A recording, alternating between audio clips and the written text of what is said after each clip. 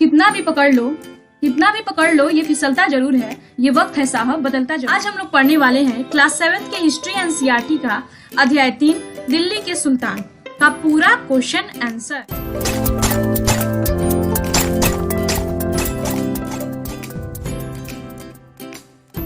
इस अध्याय का सबसे पहला प्रश्न है, दिल्ली में पहले किसने राजधानी स्थापित की, यानी कि वह कौन सा राजा था जिसने सबसे पहले दिल्ली को अपना राजधानी चुना।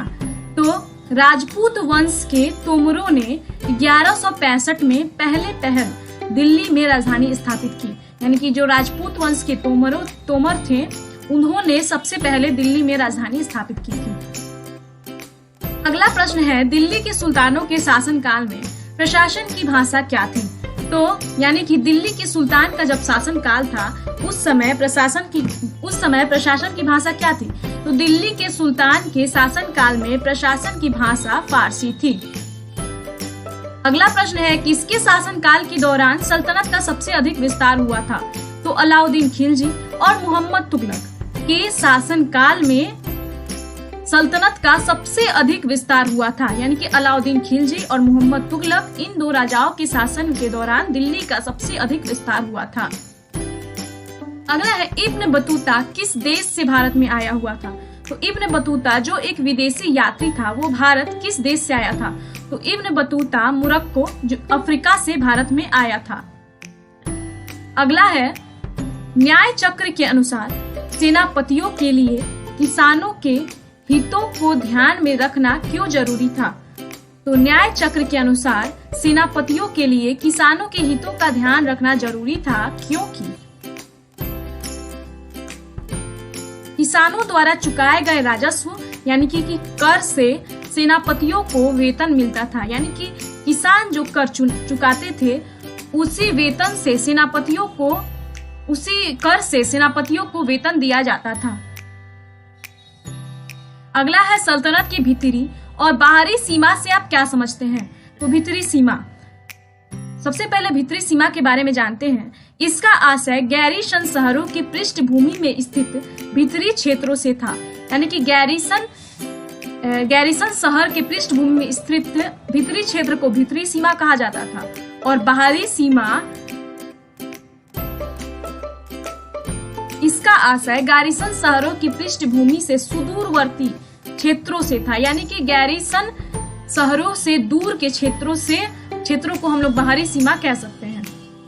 मुफ्ती अपने कर्तव्यों का पालन करे यह सुनिश्चित करने के लिए कौन कौन से कदम उठाए गए थे। आपके विचार में सुल्तान के आदेशों का उल्लंघन करना चाहने के पीछे क्या कारण हो सकते थे। तो मुफ्ती अपने कर्तव्यों का पालन करे यह सुनिश्चित करने के लिए निम्नलिखित कदम उठाए गए थे। मुफ्ती जो है वो राजा के शासन काल में बहुत सारे काम किए करते थे, जैसे कि आम जनता से कर वसूलना आदि काम। तो ऐसा कौन सा कदम उठाया गया था कि मुफ्ती उनके कर्तव्यों का पालन करे, राजाओं के कर्तव्यों का पालन करे, इसके बारे में हमें यहाँ पे चर्चा करनी है। तो सबसे पहला जो कदम था वो यह था कि उनकी नियुक्ति वंशानुगत नहीं की जाती थी, यानी कि पापा के मरने के बाद बेटा को मुफ्ती नहीं बनाया जाता था। इसी को हम लोग वंशानुगत प्रक्रिया कहते हैं। अगला है, उनका समय समय पर स्थानांतरण किया जाता था, यानी कि एक ही जगह पर उनकी नियुक्ति नहीं होती थी, हम हमेशा टाइम पर उनका ट्रांसफर किया जाता रहता था। तीसरा है, उनके द्वारा एकत्र किए गए राजस्व की रकम का हिसाब लिया जाता था, यानी कि वे जो राजस्व की रकम किसानों से एकत्र करते थे या आम जनता से एकत्र करते थे उनका हिसाब लिया जाता था और इसके लिए पदाधिकारी भी नियुक्त किया गया था। मेरे विचार में सुल्तान के आदेशों का उल्लंघन करना चाहने के पीछे निम्नलिखित कारण हो सकते हैं। इसी प्रश्न में नेक्स्ट क्वेश्चन यह था कि आपके विचार में सुल्तान के आदेशों का उल्लंघन करने चाहने के पीछे उनके क्या कारण हो सकते थे। तो मेरे विचार में सुल्तान के आदेशों का उल्लंघन करना चाहने के पीछे उनके निम्नलिखित कारण हो सकते थे। सबसे पहला था ज्यादा लालच के चलते वे किसानों से अधिक राजस्व वसूल लेते थे, जिसके कारण राजा के आदेशों का उल्लंघन होता था। दूसरा है, शासन के खिलाफ दुश्मनों से हाथ मिलाना, यानी कि कभी कभी जो मुफ्ती होते थे वे शासक के खिलाफ राजा के दुश्मनों से हाथ मिला लेते थे, जिससे उनके आदेशों का उल्लंघन होता था। तीसरा है, विद्रोह की भावना, कभी कभी मुफ्ती के अंदर विद्रोह की भावना उत्पन्न हो जाती होगी, इसीलिए वे सुल्तान के आदेशों का उल्लंघन कर देते होंगे।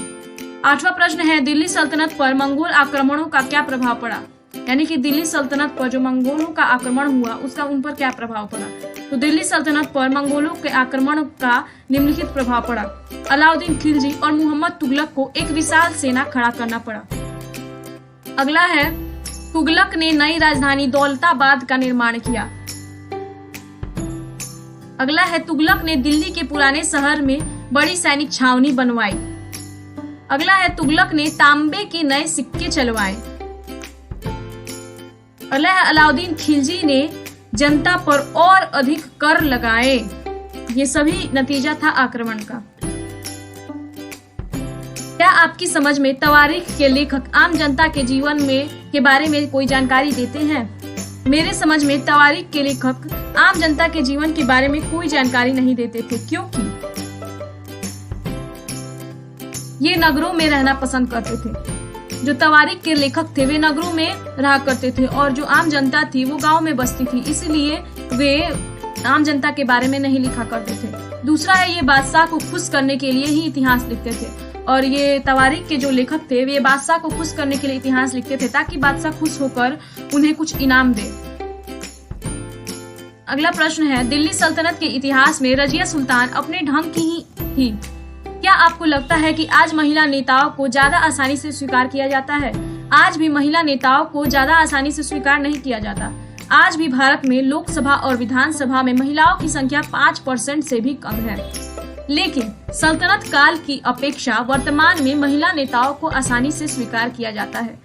यहाँ पे क्वेश्चन है कि दिल्ली सल्तनत के इतिहास में रजिया सुल्तान के बारे में हम लोगों ने जब इस चैप्टर को रीड कर रहे थे तब हम लोगों ने पढ़ा था कि रजिया सुल्तान अपने सभी भाइयों से श्रेष्ठ थी, इसीलिए लेकिन उसे कुछ समय के लिए ही पद पर बैठाया गया और फिर उसे हटा दिया गया और पुरुष जाति उनका पद पर रहना उचित नहीं समझते थे। तो ऐसा क्यों होता है और क्या आज भी ऐसा होता है या नहीं, यह प्रश्न है हमसे। तो आज भी महिलाओं को ज्यादा आसानी से स्वीकार नहीं किया जाता है। हाँ, लेकिन यह कह सकते हैं कि पहले की अपेक्षा महिलाओं को आसानी से स्वीकार किया जाने लगा है।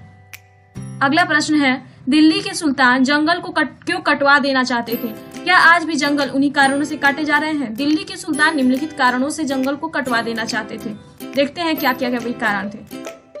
इसका सबसे पहला कारण था इन क्षेत्रों में कृषि कार्य के लिए, यानी कि ये जहाँ पे जंगल बसे हैं वहाँ पर जंगलों को काट कर कृषि कार्य किया जाता था। अगला है, घने जंगलों को पार करने के अन्य क्षेत्रों में जाने में होने वाली कठिनाइयों के कारण, यानी कभी कभी इन जंगलों को पार करके सेना और दूसरे क्षेत्रों में जाने में काफी कठिनाई होती थी, जिसके कारण राजा इन जंगलों को कटवा देना ही उचित समझते थे। आज भी जंगल कई कारणों से काटे जा रहे हैं। देखते हैं कि आज क्या कारण है जंगल के काटने के। सबसे पहला है कृषि भूमि के लिए, यानी कि पहले भी कृषि भूमि के लिए, कृषि करने के लिए काटा जाता था और आज भी कृषि भूमि के लिए ही काटा जाता है। दूसरा कारण है आवासों के निर्माण के लिए, और जंगल को काट कर वहाँ पे घर भी बनाया जाता है, इसलिए आज जंगलों को काटा जा रहा है। तीसरा जो कारण है वो है परिवहन मार्गों के निर्माण के लिए, यानी कि आज यहाँ पर जंगलों को काट कर रास्ते बनाए जा रहे हैं, ये भी पहले के जैसा ही कारण है। चौथा कारण है खनन कार्य के लिए, यानी कि वहाँ पर जंगलों में खुदाई की जाती है ताकि वहाँ पे इतिहास का अध्ययन किया जा सके या फिर अन्य कारणों से ही खनन कार्य किए जाते हैं। पांचवा है बड़े बांधों के निर्माण के लिए, कभी कभी जंगलों को काटा जाता है और वहाँ पर बड़े बड़े बांध बनाए जाते हैं। ये 5 कारण है जिसके कारण आज जंगल को काटा जा रहा है। इसके अलावा और भी कई कारण हो सकते हैं। अगला प्रश्न है, पता लगाइए कि क्या आपके इलाके में दिल्ली के सुल्तानों द्वारा बनाई गई कोई इमारत है? क्या आपके इलाके में और भी कोई ऐसी इमारत है जो 12वीं से 15वीं सदी के बीच बनाई गई हो? इसमें से कुछ इमारतों का वर्णन कीजिए और उसका रेखाचित्र बनाइए।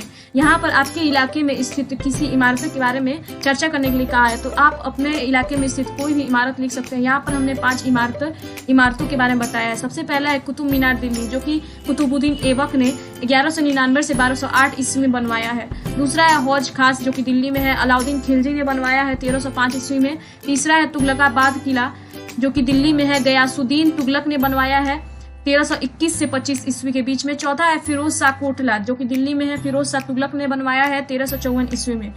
पांचवा है खिड़की मस्जिद दिल्ली, यह मोहम्मद तुगलक ने बनवाया है 1326 ईस्वी में। Thanks for watching.